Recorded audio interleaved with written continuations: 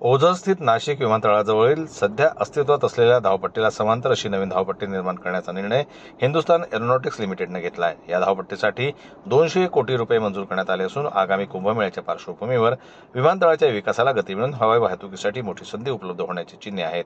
India middle east economic corridor अंतर्गत या धावपट्टीला मंजुरी देण्याची मागणी माजी मंत्री छगन भुजबळ यांनी केंद्र सरकारकडे केली होती। केंद्रीय गृह मंत्रालयानं आंतरराष्ट्रीय प्रवाशांच्या पडताळणी सुविधेसाठी HAL ला मान्यता दिली आहे।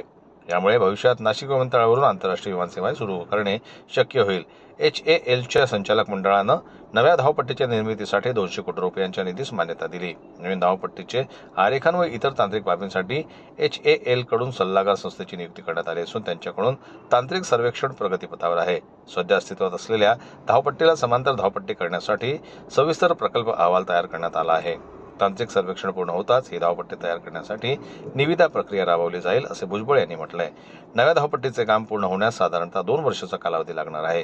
ती सध्याच्या धावपट्टीप्रमाणेच 3 किलोमीटर लांब आणि 45 मीटर रुंद असणार आहे। 2022 साली धावपट्टीची डागडुजी सुरू असताना तब्बल 14 दिवस नाशिकचं विमानतळ ठप्प पडलं होतं। नवीन धावपट्टीच्या निर्मितीनंतर डागडुजी सुरू असतानाही विमानतळ सक्रिय ठेवणे आता शक्य होणार आहे। ब्युरो रिपोर्ट, जनमत लाईव्ह न्यूज, नाशिक।